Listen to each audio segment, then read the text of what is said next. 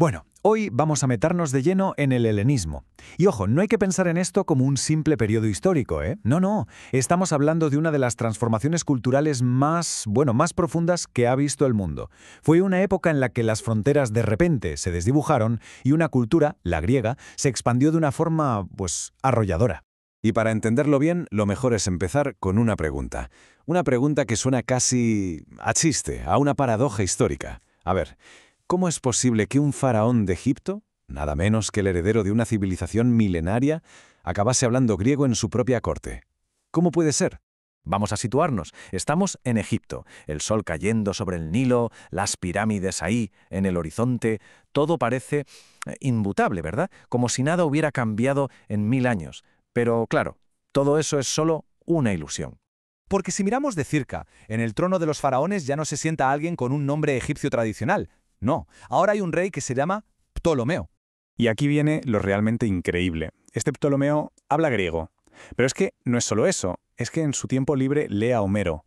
Y su corte es un hervidero de intelectuales, matemáticos de Atenas, filósofos de Jonia, médicos de Cos, toda la élite griega está allí. Es un choque cultural fascinante, la verdad. Por fuera, todo parece Egipto, pero por dentro, el alma, el intelecto, la cultura, todo eso es griego. La pregunta es obvia, ¿cómo demonios ha podido ocurrir algo así? Pues bien, la respuesta está en la figura de un solo hombre. Y ese hombre, claro, es Alejandro Magno. Pero para entender de verdad a Alejandro, primero hay que entender a quienes lo fabricaron, por así decirlo, porque él no salió de la nada, fue el producto final de una cadena de genios. A ver, vamos a desgranar esa cadena. Primero está su padre, Filipo II de Macedonia. Él le dio el músculo, la fuerza militar y un objetivo muy claro, conquistar Persia. Segundo, su maestro, que no era otro que Aristóteles, casi nada. Él le dio el cerebro, las herramientas para entender el mundo. Y tercero, claro, el propio Alejandro, que fue quien cogió la ambición de su padre y la visión de su maestro y ¡boom! Lo fusionó todo para cambiar la historia para siempre. Y este es el punto clave.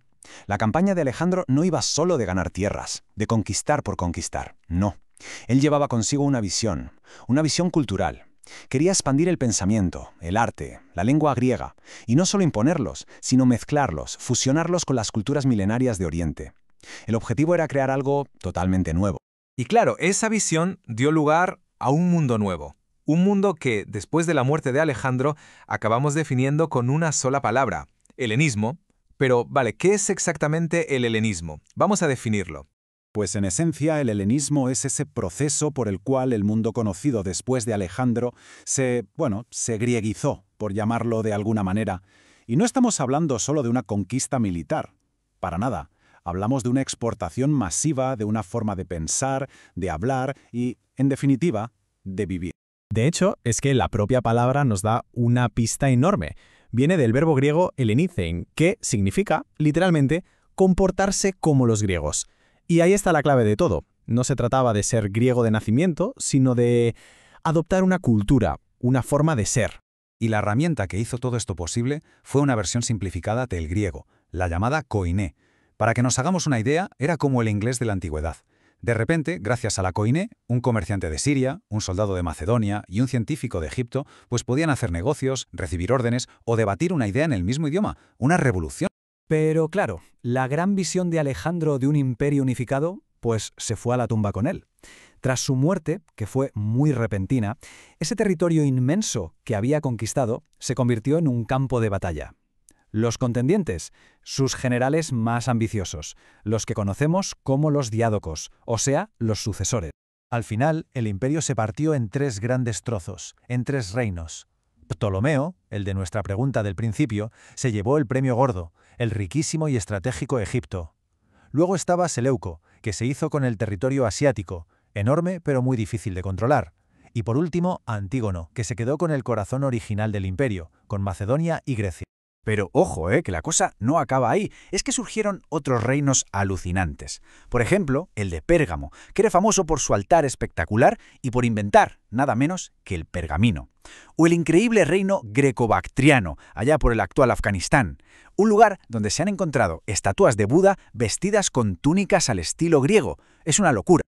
Ahora bien, todo este nuevo mundo, tan grande, tan impersonal, tuvo una consecuencia psicológica brutal. El individuo, la persona de AB, sufrió una transformación total. Dejó de ser un ciudadano activo en su pequeña ciudad-estado, en su polis, para convertirse en un súbdito, en alguien anónimo dentro de un imperio gigantesco. Es que la diferencia es abismal, si lo pensamos un poco. En la Grecia clásica, en la polis, la virtud era ser un buen ciudadano, participar en la asamblea, defender la ciudad. Pero en estos nuevos reinos, la política se decidía en palacios lejanos, por reyes a los que la mayoría nunca vería. La gente ya no era ciudadana, era súbdita.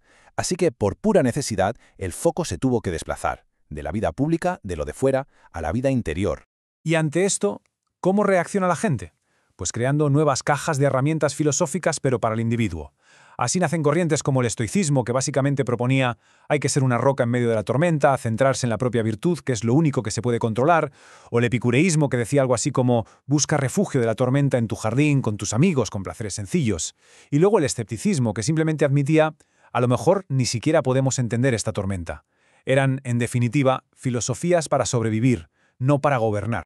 Y finalmente, este mundo helenístico, que estaba políticamente hecho pedazos pero culturalmente muy conectado, se topó de frente con una nueva potencia que estaba emergiendo, Roma. Y aquí es donde ocurrió algo realmente extraordinario. El símbolo máximo de todo este poder cultural fue, sin duda, la ciudad de Alejandría.